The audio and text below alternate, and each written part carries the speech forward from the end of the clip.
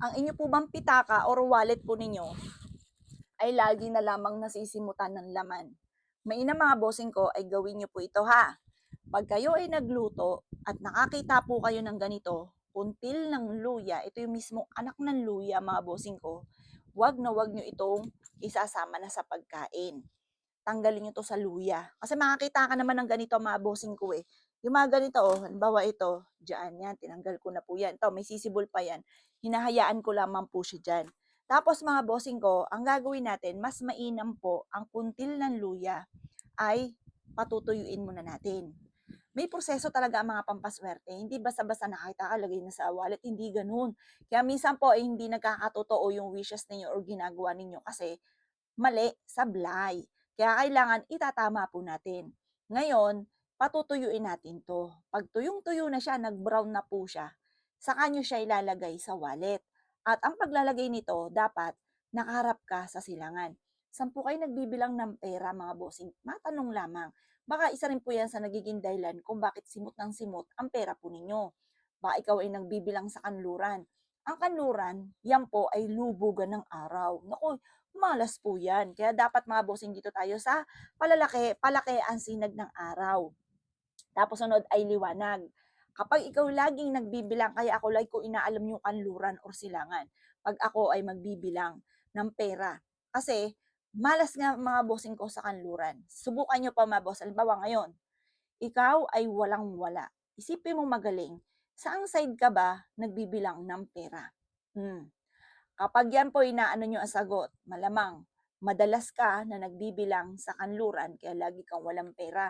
May kaugnayan din po yun mga bossing, kaya kailangan sa silangan ka lagi kasi silangan, swerte dyan sa silangan mga bossing.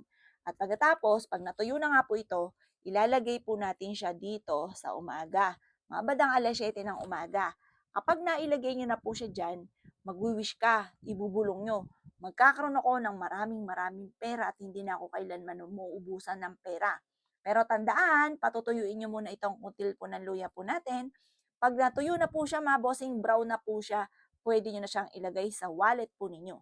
Hanapin nyo na ng yung anak po mga bossing, yung kuntil po ng luya, at bigyan nyo rin yung anak po ninyo na may trabaho na lagi nang nauubusan, mister nyo or misis nyo na lagi na lang nauubusan. Sabay-sabayin mo na magpatuyo ka ng kuntil ng luya. At pagkatapos, i-claim nyo na ang swerte. Sabihin nyo, magkakaroon ako ng maraming pera, kailanman na hindi na ako maubusan ng pera. At pagkatapos, lagi niyong tatandaan, ang ating pitaka ay hindi pwedeng nasisimutan kahit singkunduling. Dapat, yan po ay lagi pong may taong bahay at huwag niyong hahayaan na nasisimutan siya. Kasi once na nasisimutan po siya, walang nagtatawag ng swerte, walang nagtatawag ng kasamahan. Halimbawa, mga bossing sa isang tao, wala po mga bossing kung darating na isa kung walang nag-iintay ng isa mga bossing. Kumbaga, meron talaga dapat na nag-iintay or may nagtatawag ng mga kasama. Ganon mga bossing. Walang magtatawag ng ibang kasama kung nasisimutan po siya. Kaya kailangan may isa siya para may magtatawag ng mga kasama hanggang dumami na po siya ng dumami sa pamamagitan nito. Pero syempre, laging tatandaan, kung ang problema nyo po ay pera, dapat magsipag ka, magtyaga ka. Pero hindi sapat po yan ha mga bossing kasi kung yan lang magiging basihan, marami na pong mayaman dahil nga po sa marami rin pong taong masipag at saka matyaga.